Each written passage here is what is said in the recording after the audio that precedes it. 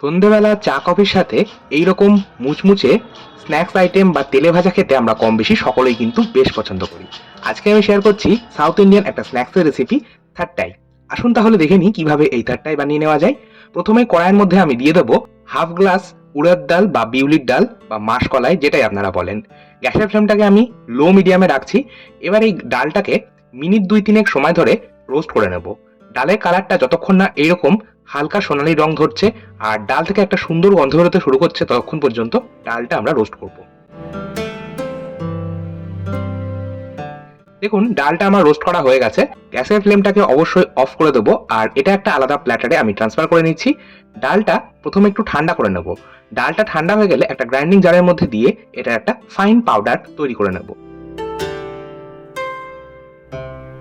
চলে যাব নেক্সট স্টেপে। একটা মিক্সিং বোলের মধ্যে নিয়ে নেব 2 কাপ পরিমাণে চালের গুঁড়ো। আমি এখানে বাজারে কেনা চালের গুঁড়ো ব্যবহার করছি। আপনারা চাইলে বাড়িতেই আতপ চাল 30 মিনিট জলে ভিজিয়ে তারপর সম্পূর্ণ জল ঝরিয়ে শুকিয়ে নিয়ে সেই চাল গুঁড়ো করেও কিন্তু ব্যবহার করতে পারেন। দিয়ে দিলাম আগে থেকে রেডি করে রাখা ডাল বাটা। এরই সাথে দিয়ে দিলাম 3 টেবিল চামচ পরিমাণে বেসন। বেসনের পরিবর্তে ময়দা দিতে পারেন, তবে বেসন দিলে টেস্টটা বেশি ভালো হয়। আর বেসন বা ময়দা ব্যবহার করা হচ্ছে বাইন্ডিং এর জন্য। এখানে আমি 1 মুঠো চিনেবাদাম একটা হামানদিস্তার মধ্যে আধ ভাঙা করে রেখেছি, সেই চিনেবাদামটাই আমি দিয়ে দিলাম। চিনেবাদাম ব্যবহার করলে টেস্টটা ভীষণ ভালো হয়। এখানে আমি নিয়েছি 30 মিনিট জলে ভিজিয়ে রাখা ছোলার ডাল। এখানে আমি 30 মিনিট আগে 4 টেবিল চামচ মতন ছোলার ডাল নর্মাল জলে ভিজিয়ে রেখেছিলাম। এবার সেই ডালটাই আমি এখানে ব্যবহার করছি। এরই সাথে দিয়ে দেবো ফ্লেভারের জন্য সাদা তিল। আমি এখানে 1 টেবিল চামচ সাদা তিল দিয়েছি, আপনাদের ইচ্ছে না হলে দেবেন না। দিয়ে দেবো 1 চা চামচ গোটা জিরে। জিরেটাকে আমি হাতের মধ্যে এইভাবে একটু ক্রাশ করে নিয়ে ব্যবহার করব, এতে করে ফ্লেভারটা ভীষণ ইনহ্যান্স করবে। এরই সাথে দিয়ে দেবো লাল লঙ্কার গুঁড়ো। আর এখানে আমি 1/4 চা চামচ লাল লঙ্কার গুঁড়ো ব্যবহার করছি। আপনারা ঝাল যেমন খেতে পছন্দ করবেন, লঙ্কা গুঁড়োটাও সেই রকমই দেবেন। এরই সাথে দিয়ে দিলাম লবণ। আমি এখানে 3/4 চা চামচ অর্থাৎ 1.25 চা চামচ লবণ ব্যবহার করব। আপনারা অবশ্যই স্বাদ মতন লবণটা দেবেন। এরই সাথে অবশ্যই দিতে হবে হাফ চা চামচ হিং। যেহেতু সাউথ ইন্ডিয়ান ডিশ, তাই একটু হিং আর কারি পাতা তো অবশ্যই যাবে। আমি এবার ফ্রেশ কয়েকটা কারি পাতা এইভাবে হাতের সাহায্যেই একদম ছোট করে কুচিয়ে নিয়ে ব্যবহার করছি। আচ্ছা, আমি এখানে ফ্রেশ কারি পাতা ব্যবহার করছি। আপনারা যদি ফ্রেশ কারি পাতা না পেয়ে থাকেন, সেক্ষেত্রে অবশ্যই শুকনো কারি পাতা অর্থাৎ ড্রাই কারি লিভস ব্যবহার করতে পারেন। এবারে সমস্তটা আমি প্রথমে মিশিয়ে নিচ্ছি, অর্থাৎ সমস্ত শুকনো উপকরণগুলো প্রথমে হাত দিয়েই খুব ভালো করে মিশিয়ে নিচ্ছি। এবার এর মধ্যে ময়ামের জন্য ব্যবহার করব গরম তেল। আমি এখানে 3 টেবিল চামচ গরম রিফাইন্ড অয়েল ব্যবহার করছি।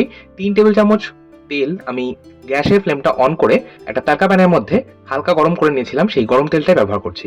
এবার হাতের মধ্যে গরমটা সরিয়ে নিয়ে এই সমস্ত শুকনো উপকরণগুলোর সাথে গরম তেলটাকে মিশিয়ে নেব, অর্থাৎ ময়ামটা দিয়ে নেব। এই সময় অবশ্যই একটু খেয়াল রাখবেন যাতে গরম তেলে হাত পড়ে হাত যাতে কোনো রকম দুর্ঘটনা না ঘটে। আচ্ছা, দেখুন ময়ামটা আমি দিয়ে নিয়েছি। এবার নর্মাল জল দিয়েই এটা আমি মেখে নেব। কোনো রকম গরম জল বা ঠান্ডা জল ব্যবহার করছি না, নর্মাল রুম টেম্পারেচারে থাকা জল দিয়ে এই ডোটা তৈরি করব। আর এই ডোটা একটু নরম তৈরি করতে হবে, মানে নর্মালি যেমন আমরা রুটি পরোটার জন্য ডো তৈরি করি সেই রকমই তৈরি করব, কারণ চালের গুঁড়ো কিন্তু জল প্রচুর পরিমাণে টেনে নেয়। দেখুন আমার ডোটা তৈরি হয়ে গেছে।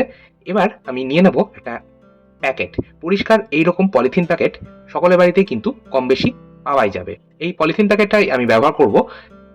তবে এই পলিথিন প্যাকেটটার ওপর অবশ্যই অল্প করে তেল ব্রাশ করে নিতে হবে, না হলে কিন্তু এই তাত্তাইগুলো গড়ে নেওয়া যাবে না। আমি এবার তৈরি করে রাখা এই ডোটা থেকে কিছুটা পরিমাণে আমি কেটে নিলাম। নর্মালি যেমন আমরা রুটি বা পরোটার জন্য লেচি রাখি সেই রকমই রাখবো, খুব বেশি বড় বা খুব বেশি ছোট রাখার প্রয়োজন নেই। এবার একটা বাটির সাহায্যে এইভাবে আমি প্রেস করে একটা গোল চাকতি বা কি বলবো বিস্কুটের মতন শেপ দিয়ে নিলাম। দেখুন এইভাবে আমি সমস্ত তাত্তাইগুলো গড়ে নেব। তাত্তাইগুলো ফ্রাই করার জন্য আমি কড়াইয়ের মধ্যে দিয়ে দিচ্ছি বেশ অনেকটা পরিমাণে রিফাইন্ড অয়েল বা সাদা তেল। গ্যাসের ফ্লেমটাকে হাই ফ্লেমে রেখে তেলটাকে প্রথমে মিডিয়াম হিট করে নেব। তেল কিন্তু খুব বেশি গরম করব না। দেখুন আমি তেলটা একবার চেক করছি। এক টুকরো আমি ওই ডোটা থেকে কেটে নিয়ে ফেললাম। দেখুন এটা কিন্তু ভেসে উঠছে না, তেলের মধ্যেই রয়েছে নিচে, তবে চারিপাশে বাবলস ক্রিয়েট হয়েছে, তার মানে আমাদের তেলটা কিন্তু মিডিয়াম হিট হয়ে গেছে। এই মিডিয়াম হিট তেলে আমি এই তাত্তাইগুলো একে একে ছেড়ে দেবো, তবে একসাথে অনেকগুলো করে ভাজার প্রয়োজন নেই। আচ্ছা, গ্যাসের ফ্লেমটাকে আমি লো মিডিয়ামে রেখে 7 থেকে 8 মিনিট সময় ধরে এটা ভেজে নিতে হবে।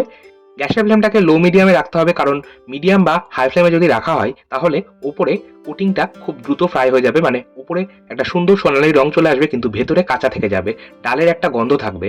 সেই জন্যই গ্যাসের ফ্লেমটাকে লো মিডিয়ামে রেখে একটু সময় নিয়ে এটা ভাজতে হবে, এতে করে এগুলো কিন্তু বেশ মুচমুচেও হবে। দেখুন 7 মিনিট এটা আমি ভেজে নিয়েছি, গ্যাসের ফ্লেম লো মিডিয়ামে রেখেছিলাম, এবার তেল থেকে ছেঁকে তুলে নিচ্ছি। এইরকম গোল্ডেন কালার করে এটা ফ্রাই করে নিতে হবে। এই একইভাবে আমি বাকি তাত্তাইগুলো ফ্রাই করে নেব। তৈরি হয়ে গেল তাত্তাই, একটা সাউথ ইন্ডিয়ান ভীষণই জনপ্রিয় স্ন্যাক্স আইটেম। আচ্ছা, এবার এটা কেমন মুচমুচে হলো সেটা আপনাদের একটু দেখিয়ে দিই। দেখুন, আপনারা নিশ্চয়ই আওয়াজটা শুনেই বুঝতে পারছেন এটা কতটা মুচমুচে হয়েছে।